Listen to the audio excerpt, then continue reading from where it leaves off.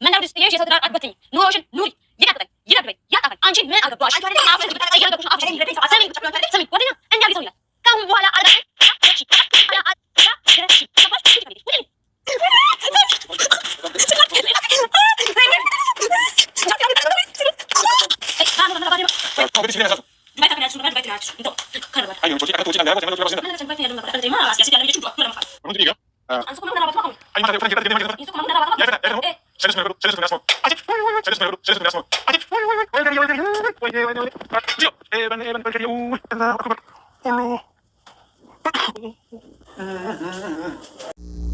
አሰላሙ አለይኩም ወራህመቱላሂ ወበረካቱሁ ተመልካቾቼ እንዴት ናችሁ? ሰላም ናችሁ? ከኔ ጋር አልሐምዱሊላህ።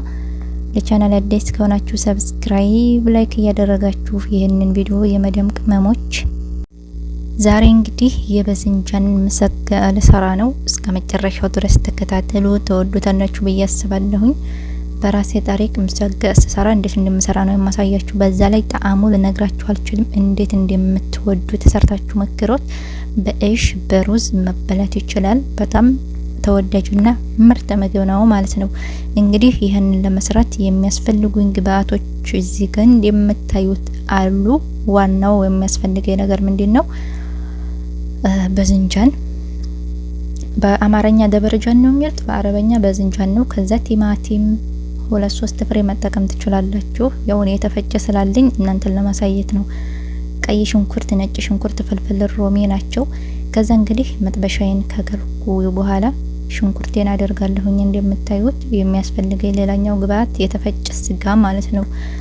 ለህም መፍሩም ያው የአረቦች ምግብ ነው። በአሁኑ ሰዓት ግን ያው ሁሉም ሀገር እየተለመደ እየተሰራ ነው። በዝንጃን በተለያየ አይነት ይሰራል። በነገራችን ላይ እኔ የምሰራው በተፈጨ ስጋ መሰጋ የሚሉትን ነው። ሽንኩርቴን ካቁላለሁኝ፣ ነጭ ሽንኩርቴን ካቁላለሁ በኋላ እንትኑን ለህም መፍሩሙን እጨምራለሁ ማለት ነው። ለህም መፍሩሙን ከጨመራችሁ በኋላ በደንብ እስከሚፈርስ ድረስ እጃችሁን ማቆም የለባችሁ። እዚህ ጋር ጥዲያችሁ እሳቱ ላይ ዝም ብትሉት እንትን አይልም፣ አይፈርስም፣ ይጓጉሉባችኋል። ትላልቅ ይሆናል። በኋላ ለማፍረስ ያስቸግራችኋል ማለት ነው። ስለዚህ በደንብ እስከሚፈርስ ማቋረጥ ያለባችሁም። እንደምታውቁት እሳቱን ታሞቁና ውሃም ስለሚተፋ በደንብ እሳቱንም ታሞቁታላችሁ፣ ተጨምሩበታላችሁ። ከዛ ያለ ማቋረጥ ታማስላላችሁ ማለት ነው። እንደዚህ ታፈራረሱታላችሁ ስጋውን። ያው ትንሽ በረዶ ስላለው ያስቸግራል። ደግሞ በረዶ ከለቀቀ ያው ብዙም አያስቸግራችሁም። የኔ ትንሽ በረዶ ያለው ግማሹ በደንብ አልለቀቀም ማለት ነው። እንዳያችሁት ላይክ እና ሰብስክራይብ እያደረጋችሁ በዚሁም ምግብ ሰሪዎች ያው የተለያየ ሙያ ትለምዳላችሁ ማለት ነው በነገራችሁ ላይ። ከዛ እንግዲህ በደንብ ከፈረሰልኝ በኋላ ስጋው እንደምታዩት ውሃ ተፍቷል። ቅመም፣ ከሙን፣ ፍልፍል አስዋድ፣ ከስባራ፣ ጨው ትንሽ ነው ያደረኩት እኔ ምግብ ስሰራ። በነገራችሁ ላይ ቅመም አላበዛም፣ በደንብ የተወሰነ ነው የማደርገው። በደንብ አላበዛም ቅመም ማለት ነው። እንደ ፍላጎታችሁ ቅመም የሚወዱ ከሆነ መጨመር ትችላላችሁ። ከዛ ምን አድርጋለሁኝ? ማዕጁን ጠማጥም። ከዛ እንግዲህ የተፈጨ ቲማቲም 2 ፍሬ ቲማቲም በቂያችሁ ነው። ያው እንደምትሰሩት የኔ ትንሽ ስለሆነ የምሰራው የተፈጨ ነበረኝ፣ እሱን ነው የጨመርኩት። ከዛ ምን አደርጋለሁኝ?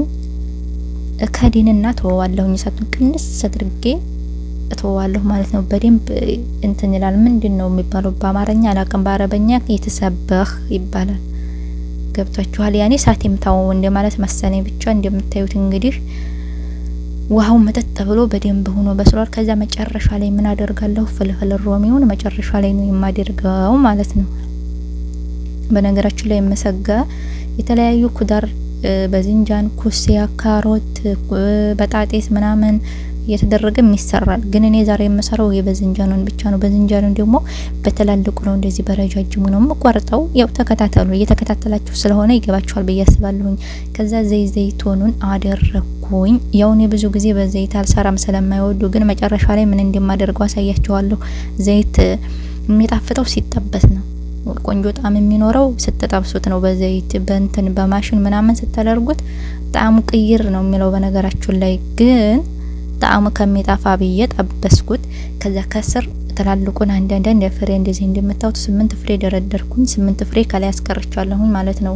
ስትሰሩ ቆጥራችሁ ከታይ 5 ከሆነ 10 ፍሬ ካላችሁ ከላይ 5 ከታይ 5፣ 20 ፍሬ ካላችሁ ሲኒያ ትልቅ ከሆነ ከታይ 10 ከላይ 10 ነው የሚሆንላችሁ። ከዛ ሶሱን ደግሞ ምን አደረኩኝ? አንዲት ማንኪያ የምትሆን ሰልሳ፣ ግማሽ ማንኪያ ነው ሲመስለኝ። ከዛ ማጂ፣ ከዛ የፈላ ውሃ እንደዚህ አተከተኩትና ከዛ ከላይ እንደዚህ አፈሰዋለሁኝ ማለት ነው። ገብቷችኋል? ሰልሳውን እንደዚህ አፈሰዋለሁኝ። ከላይ ጨው ትንሽ አድርጌያለሁኝ፣ ውሃ ስላለው ጨው አድርጌበታለሁ ከሶሱ ላይ።